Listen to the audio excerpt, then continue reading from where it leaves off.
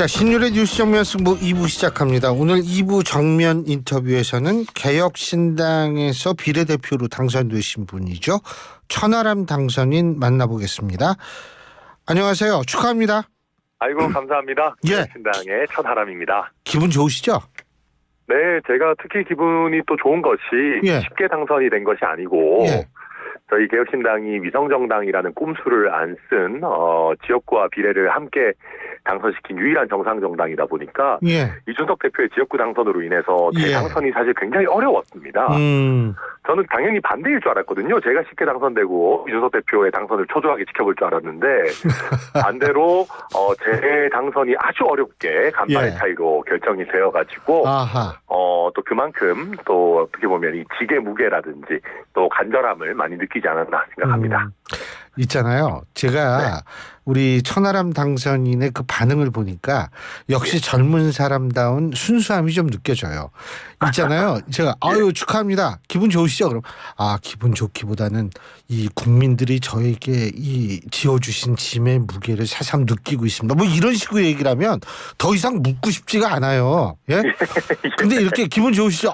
기분 너무 좋습니다. 이게 진짜 자연스럽고 좋은 거 아니에요? 예?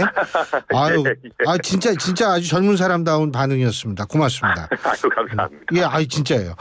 자, 근데요. 이 지금 이제 개혁신당이 3석이죠. 그죠? 예, 그렇습니다. 예. 근데 이 3석이면 사실 이 3석 가지고 계속 이 정치적인 입지를 확대하기가 좀 힘들 것 같은데 어떻게 보세요? 저희가 비록 의석 숫자는 작지만 그래도 네. 존재감은 꽤 큰 정당이다라고 생각합니다. 이준석 대표가 특히 지역구에서 당선됐기 때문에 저는 기존에는 좀 잠재적 대선 주작 후보군 내지는 상비군 같은 느낌이었다면 저는 이제는 전국 어디서나 존재감을 보여줄 수 있는 명실상부한 대선 주자급으로 올라왔다라고 생각합니다. 한국의 마크롱이라고 해도 저는 과언이 아니다라고 생각을 하고 이준석 대표 같은 경우에는 배지가 없을 때도 의원 10명 정도의 몫은 했다고 생각하는데 이번에 배지가 또 생겼기 때문에 일당 100의 역할을 해주기를 바라고요. 저나 이주영 당선인 같은 경우도 밥값 흉내는 존재감 없는 의원들 한 10명 목 정도씩을 하면은 저희가 의석은 적지만 여론을 움직이는 여론의 캐스팅 보트 정당이 되겠다. 그런 각오로 열심히 할 생각입니다. 아하, 의석수보다 여론을 움직이는 것이 훨씬 더 영향력이 크고 다시 말해서 영향력의 정치를 하겠다. 이렇게 이해도 되겠습니까? 네, 그렇습니다. 그러기 위해서 우리 뉴스 정면 승부에도 자주 또 출연해서 많이 또 소통하고 그렇게 하겠습니다. 저희야 고맙죠. 예. 이거 아니면 고정으로 해주세요. 예. 아유, 너무 감사합니다. 고맙습니다. 네. 영향력의 정치를 하겠다. 오케이. 영향력의 정치를 가지고 얘기를 했던 것이 좀 아까 뭐 메이저 언론 기자분이 저한테 이제 멘트 따려고 전화를 했는데 이 네. 마크롱 얘기 지금 마크롱 말씀하셨잖아요. 예, 마크롱 얘기를 하면서 뭐냐면 그 이준석 대표와 마크롱을 비교한 건 아니었어요. 근데 이제 마크롱 얘기가 왜 나왔냐 하면 보수를 마크롱 모델로 통해서 보수를 재편하는 것이 가능하겠느냐 이거를 물어보기 위해서 저한테 전화를 했거든요. 자, 이번엔 우리 천하람 당선인께서 말씀해 주시죠. 가능하다고 보십니까? 저는 우선은 예. 저희가 이제는 시작하는 측면이고 꼭 보수를 재편한다거나 이렇다기보다는 한국 정치를 재편할 수 있는 불꽃은 만들었다고 생각합니다. 예. 지금 마크롱 대통령 같은 경우도 처음에는 국회의원 당선자를 제가 알기로는 손에 꼽을 정도로만 냈던 걸로 알고 있습니다. 그런데 이제 여론을 굉장히 움직였기 때문에 짧은 기간 내에 앙마르슈를 굉장히 거대한 정당으로 만들 수 있었고 그런 면에서는 저희도 이번에 저희는 세석으로 출발합니다만 좀 신뢰를 드리려고 합니다. 국민들께 천하람, 이준석, 이주영이 이야기하는 것은 진영 논리에 쩌든 어떤 내로남불이 아니라 정말 합리적이고 국민의 눈높이에 맞는 의견이다라는 신뢰를 드려가지고 저희가 다음번 지선 대선을 거치면서 다음번 총선에서는 30석, 50석을 넘어서 뭐 100석, 150석도 할 수 있는 그런 정당으로 재편해 나가려고 하고 그런 면에서는 저희가 특히 뭐 앙마르슈 같은 부분을 또 참고하고 하는 면이 있지 않을까 생각합니다. 자, 국민의힘에 계셨으니까 우리 천하람 당선인께서도 네. 이번에 패배의 원인 뭐라고 보세요? 참패의 원인. 대통령과 차별화를 못한 거죠. 그게 쉽게 얘기하면 이길 수 없는 용병을 쓴 겁니다. 용병이 누구예요? 한동훈 위원장이죠.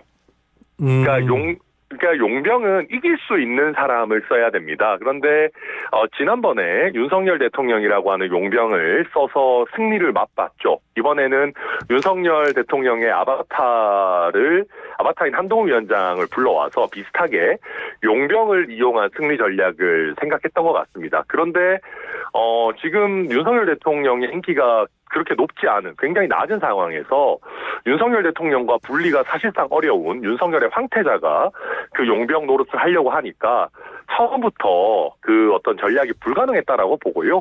유일하게 승리할 수 있는 것은 결국 이명박 대통령과 박근혜 비대위원장의 관계 같은 그런 부분이었는데 차별화를 살짝 시도했고 어느 정도 먹히는 듯 했지만 결국 박근혜 경제민주화와 다르게 한동훈 위원장의 어떤 새로운 아젠다나 방향성이 나오지 않으면서 국민의힘이 윤석열 정권과 차별화에 실패한 것이 아닌가 그렇게 판단합니다.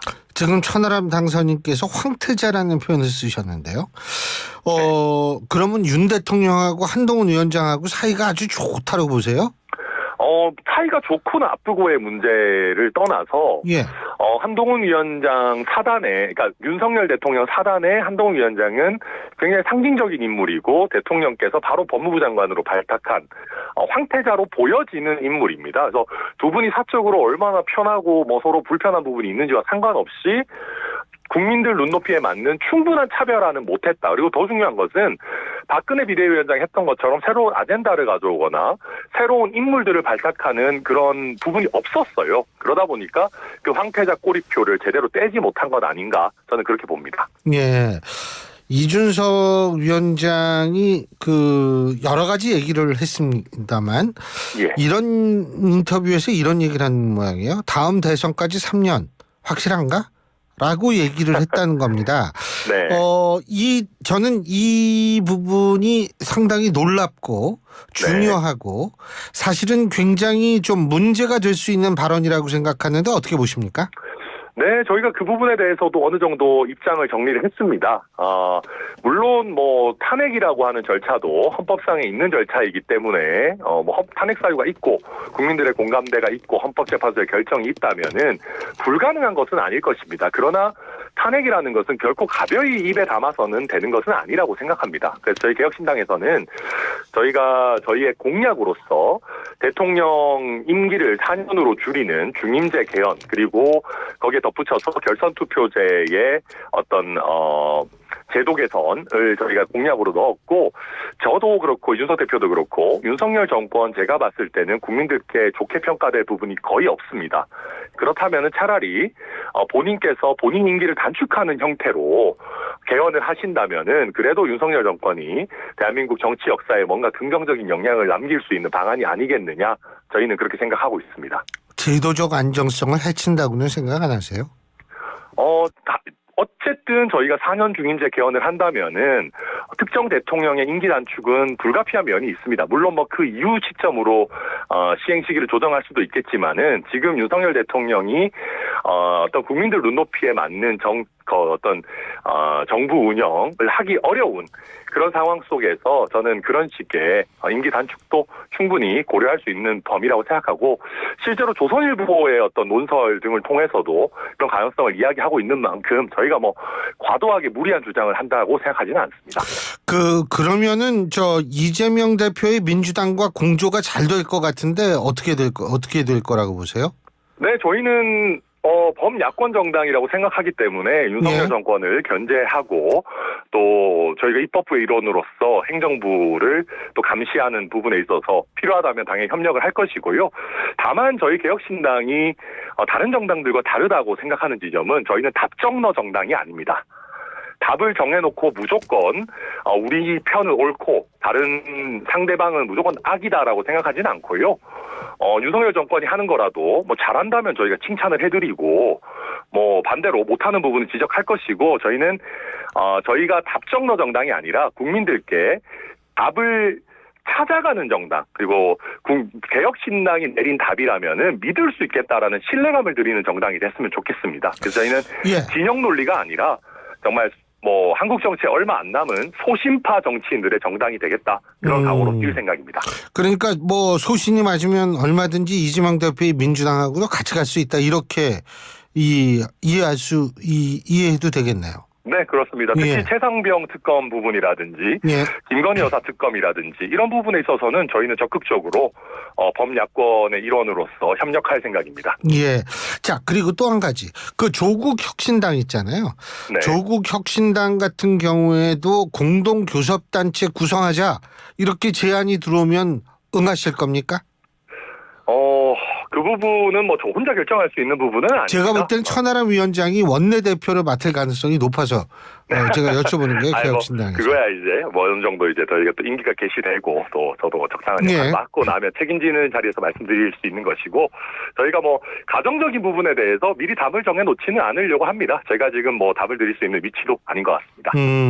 근데 제가 궁금한 게요. 뭐 네. 사안별로 이렇게 다 이 연대를 하고 이런 거 뭐 좋습니다만 네. 근데 이제 우리가 추구해야 되는 게 법치 아니겠어요? 법치가 예. 중요하니까 개헌 얘기도 나오고 그런 거겠죠.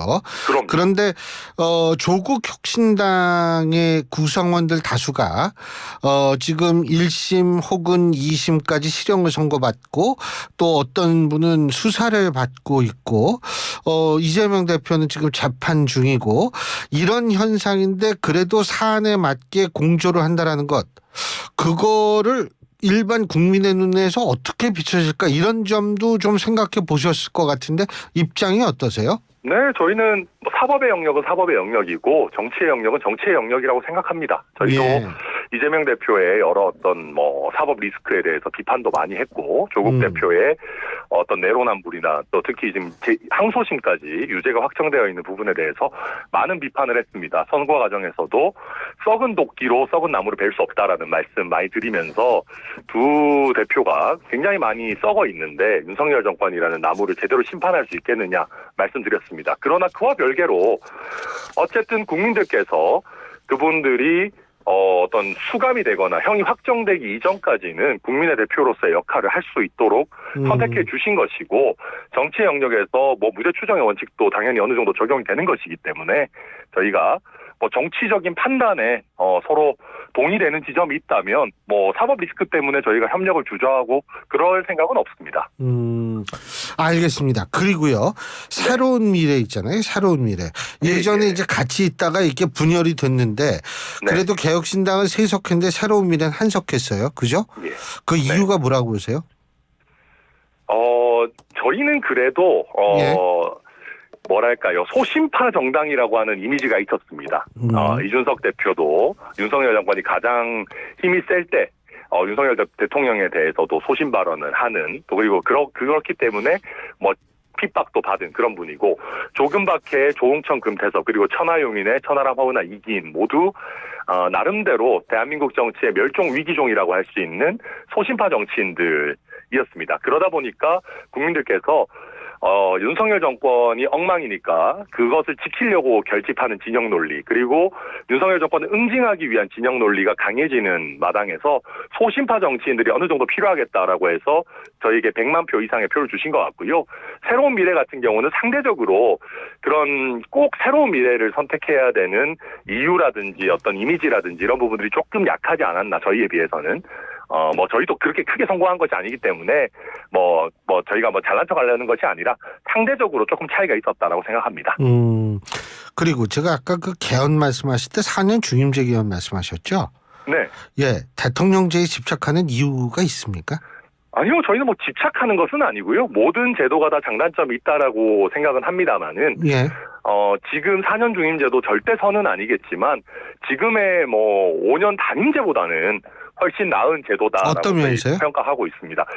지금 대통령 5년 단임제 같은 경우에는 대통령이 특히 윤석열 대통령 같이 정치의 첫 선거가 대통령 선거이신 분 같으면 다시 국민의 판단을 받을 필요가 없죠. 그렇기 때문에 사실은 임기 초부터 폭주를 하더라도 견제할 수 있는 수단이 사실 마땅치 않습니다. 물론 국회의원 선거라든지 지방선거를 통해 가지고 국민들이 심판을 하지만 대통령 본인에 대한 직접적인 심판은 아니기 때문에 결국은 중간 평가를 두는 것이 더 낫고, 또 잘하는 대통령이라면은 5년보다는 8년 정도 국정의 연속성을 유지해 주는 것이 낫지 않나 생각합니다. 제가 궁금한 게요. 아까 임기 단축 개헌 이런 말씀하셨는데, 네. 그 마음에 안 들고 못한다고 생각하면 바꿀 수 있는 의원 내각제 낫지 않아요? 왜 내각제 얘기는 안 하십니까? 저희도 내각제를 완전히 배척하고 이런 것은 아닙니다. 그런데 지금 국민들의 국회의원에 대한 어떤 수준이, 어떤 신뢰 수준이라든가 이런 부분들이 낮은 상황에서 저희가 지금 바로 내각제 논의를 개시하는 것은 조금 시기상조 아닌가, 그렇게 보고 있습니다. 제가 두 가지 또 하나 이제 제도에 대해서 여쭤보려고 하는 건데요. 예. 첫 번째로는 뭐냐면 지금 준연동형 비례대표제라는 희한한 제도를 계속 둬야 된다고 보십니까?